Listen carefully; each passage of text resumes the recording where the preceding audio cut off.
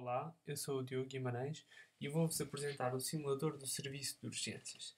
Antes de vos explicar em que consiste este projeto, quero-vos explicar como surgiu.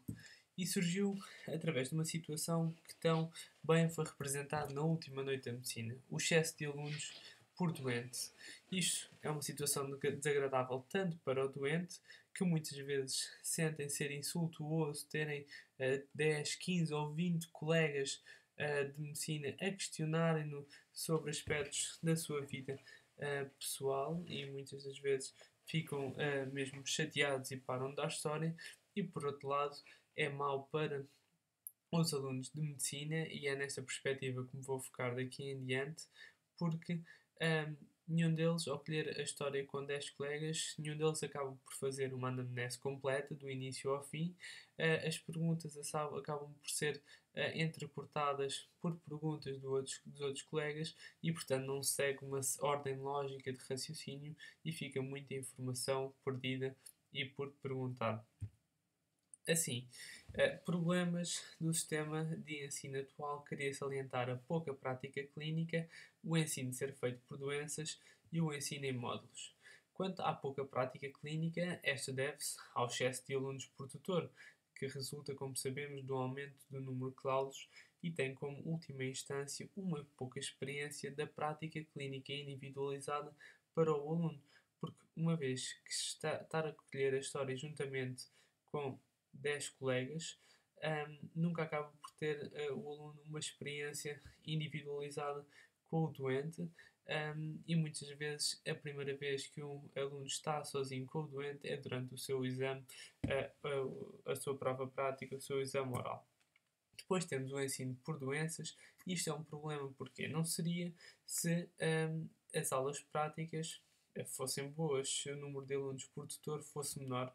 No entanto, é um problema porque muitos dos alunos, ao estar a colher a história com 15 colegas, alguns ficam a colher a história passivamente, não fazem perguntas e, portanto, não fazem a adaptação do que leem nos livros, em que o ensino é por doenças, para a prática, em que na anamnese colhem sinais e sintomas, e é através dos sinais e sintomas que se chega ao diagnóstico, e não temos o diagnóstico à cabeça e depois segue-se a explicação sobre este.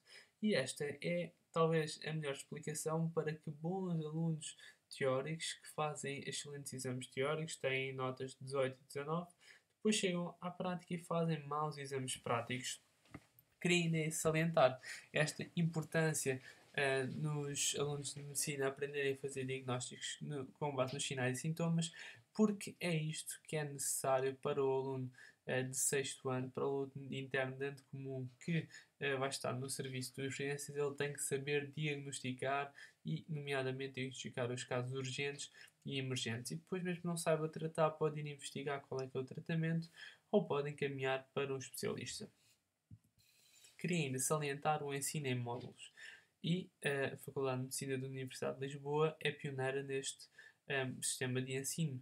Queria salientar que é um sistema positivo porque promove uma abordagem multidisciplinar de um tema e, portanto, isto vai evitar a sobreposição de conceitos administrados nas diferentes disciplinas. Portanto, impede que haja sobreposição de conceitos e, por outro lado, dá uma visão multidisciplinar de uma mesma patologia. Ok, estas são as vantagens. No entanto, considero que possui uma desvantagem, que é administra o conhecimento em blocos. Vamos pensar, por exemplo, num módulo de Neurologia e Oftalmologia no quarto ano, o módulo das Neurociências, em que o que acontece é que na altura, durante este semestre, somos quase que especialistas em neurologia e oftalmologia e sabemos bastante sobre estas temáticas. Mas no semestre seguinte, e especialmente passado um ano e dois, há um decaimento da informação, do conhecimento, e os conhecimentos ficam bastante reduzidos.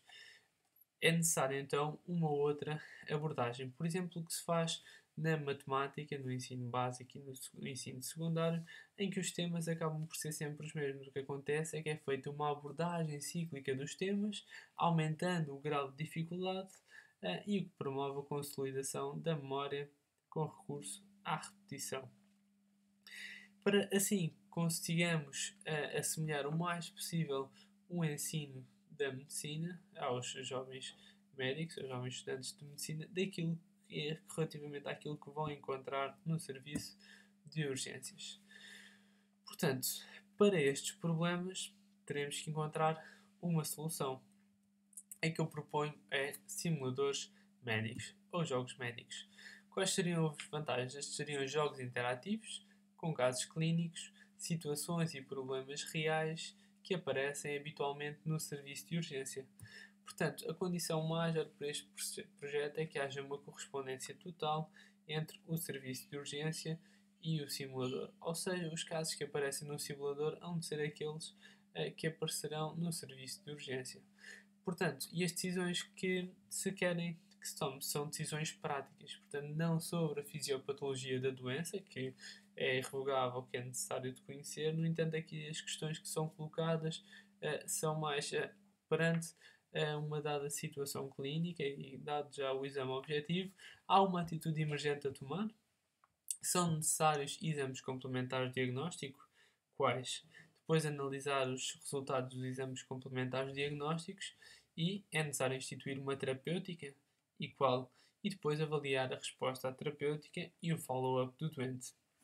Uma vez que ainda não tem nenhum caso formulado por esta equipa que agora vai desenvolver o simulador do serviço de urgências, vou-vos mostrar aquela que considero ser a melhor aplicação que existe no mercado a nível de simuladores médicos, que é a Clinical Sense pela Medical Joywork, que começa exatamente com uma contextualização do médico na sua manhã, uma introdução ao doente e ao exame objetivo, depois dos dados relativamente à história, e depois questiona sobre os exames complementares de diagnóstico que são necessários de pedir.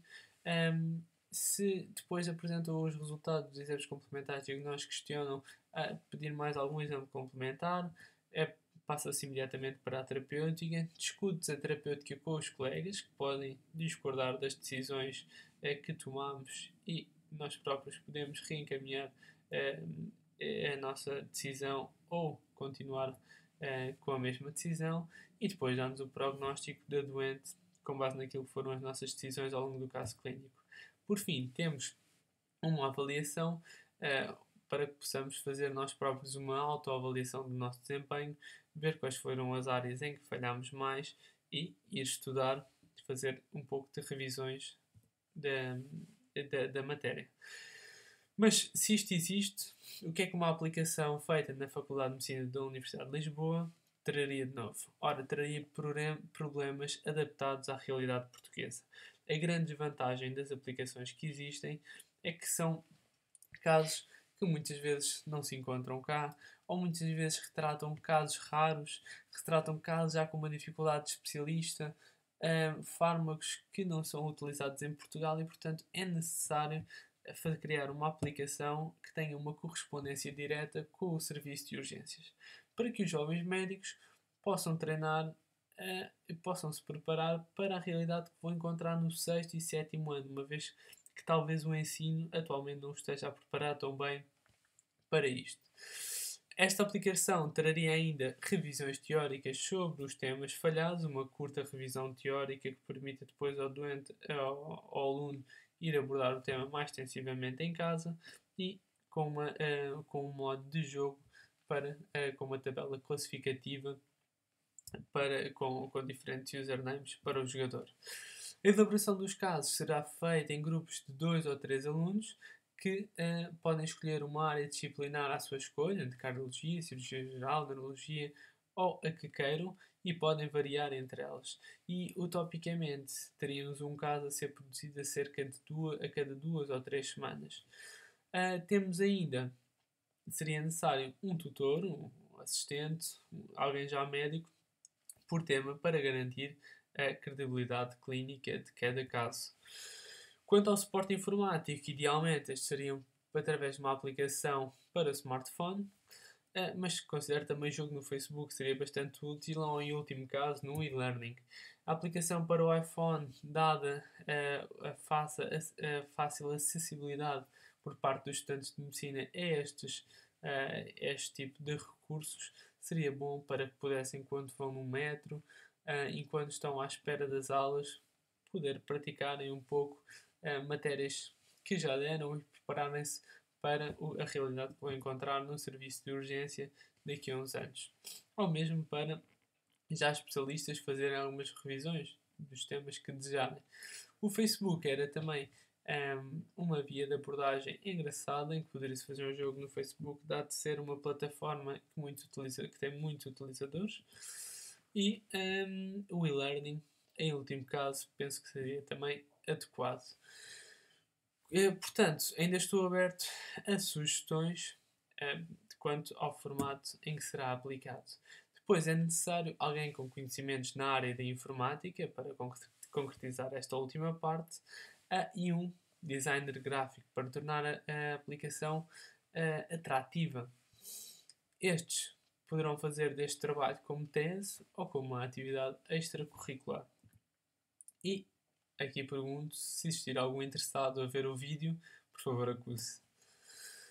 Concluindo, as vantagens dos simuladores médicos são, relativamente à pouca prática clínica, esta vai aumentar os diagnósticos individualizados, isto é, vai aumentar a experiência individualizada de cada aluno de medicina, que vai passar a ter um doente que, apesar de virtual, vai passar a ter um doente só para si e vai sentir responsável por uma vida.